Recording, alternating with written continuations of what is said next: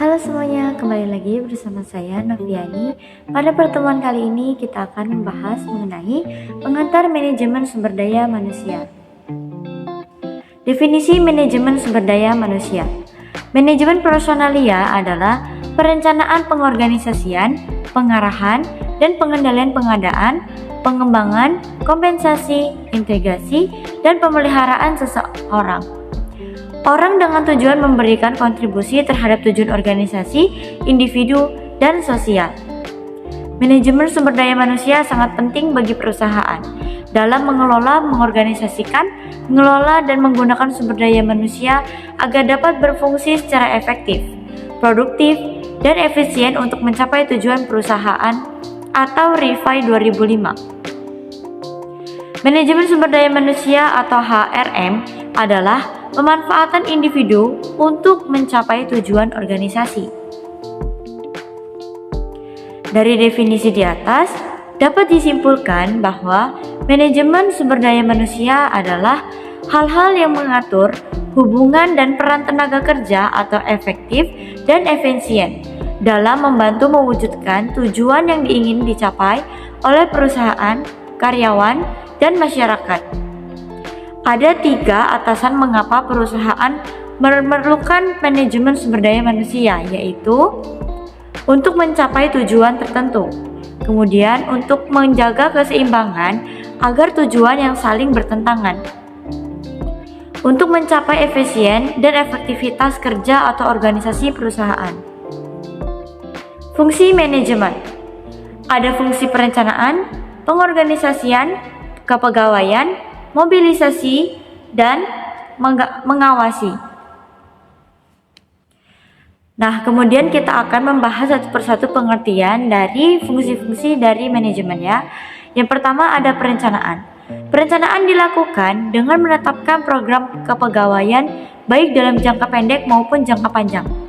Selain itu, perencanaan juga mencangkup analisa jabatan dalam organisasi seperti menentukan tugas, tujuan, keterampilan, dan kemampuan yang dibutuhkan. Kemudian yang kedua ada pengorganisasian. Fungsi pengorganisasian sendiri tidak lain adalah pembagian kerja. Pengorganisasian ini merupakan suatu kegiatan untuk mengorganisir suatu karyawan dalam perusahaan atau organisasi, misalnya dengan menentukan pekerjaan yang harus dilakukan, membagi tugas antar pegawai, mendeklarasi wewenang, serta melakukan integritas dan koordinasi dalam bagian organisasi. Pembagian tugas dan wewenang ini tentunya untuk memudahkan koordinasi dalam menempatkan kepegawaian. Dengan demikian, tidak terjadi tumpang tindih dalam pelaksanaan tugas. Kemudian ada kepegawaian. Fungsi dari sistem informasi manajemen kepegawaian antara lain yaitu untuk mengembangkan proses perencanaan yang efektif, memperbaiki produktivitas SDM dalam perusahaan, menyediakan informasi pegawai yang akurat untuk keperluan perencanaan, pengembangan, kesejahteraan, dan pengendalian pegawai. Yang selanjutnya ada mobilisasi. Mobilisasi memastikan bahwa organisasi sesuai dan infrastruktur teknis ditempatkan untuk meminta dan melakukan sumber daya. Kemudian yang selanjutnya ada mengawasi. Fungsi pengawasan dalam manajemen yaitu pengawasan sebagai fungsi manajemen sepenuhnya adalah bertanggung jawab setiap pimpinan pada tingkat manapun. Hakikat pengawasan adalah untuk mencegah sedini mungkin terjadinya penyimpangan, pemborosan, penyelewangan, hambatan, kesalahan, dan kegagalan dalam mencapai tujuan sasaran serta pelaksanaan tugas.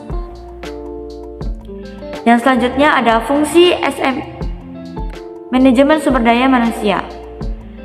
Fungsi ini memberikan kompensasi finansial atau langsung, yaitu ada gaji, upah, insentif, bonus, tidak langsung, jaminan sosial, kesehatan, asuransi, serta pensiun.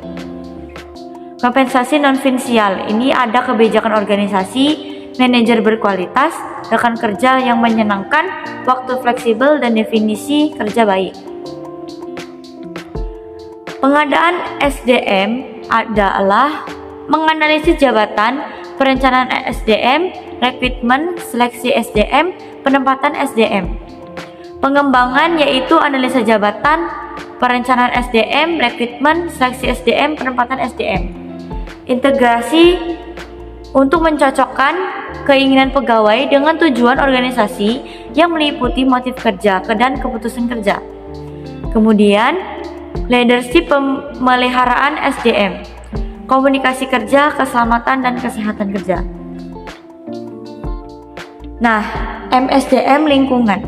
Lingkungan yang berada di luar yaitu ada teknologi, ekonomi, politik dan hukum, sosial budaya, pasar tenaga kerja, pesaing, pelanggan, demografi, kepemilikan perusahaan, serta serikat kerja. Nah, apa sih tujuan dari manajemen? Tujuan manajemen sumber daya manusia pada setiap perusahaan sangat berbeda-beda. Menurut Ulrich dan Lake tahun 1990, sistem manajemen sumber daya manusia dapat menjadi sumber kemampuan perusahaan yang memungkinkan perusahaan untuk terus belajar menerapkan peluang baru. Casway berpendapat bahwa tujuan manajemen sumber daya manusia adalah untuk memberikan pertimbangan manajemen dalam mengambil kebijakan sumber daya manusia, untuk memastikan bahwa perusahaan mempunyai karyawan atau karyawan yang mempunyai kinerja yang tinggi, selalu siap menghadapi perubahan dan memenuhi kewajibannya sebagai pekerja secara sah.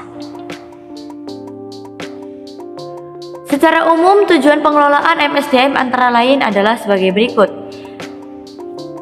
Menyediakan tools kepada manajemen mengenai kebijakan MSDM untuk memastikan organisasi memiliki tenaga kerja yang bermotif tinggi, berkinerja tinggi, serta dilengkapi dengan tools untuk menghadapi perubahan.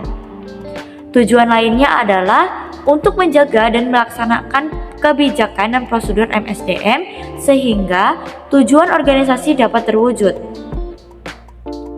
MSDM juga diharapkan mampu mengatasi krisis dan situasi sulit yang terjadi di kalangan pegawai. Dengan begitu, tidak akan ada gangguan dalam mewujudkan tujuan perusahaan. Menyediakan saran komunikasi antara karyawan dan manajemen organisasi, kemudian membantu mengembangkan organisasi secara keseluruhan dengan memperhatikan MSDM. Nah, mungkin itu saja yang dapat saya sampaikan. Jika ada kurang kata, saya mohon maaf. Kita akan melanjutkan materi yang selanjutnya di pertemuan yang selanjutnya ya. Terima kasih.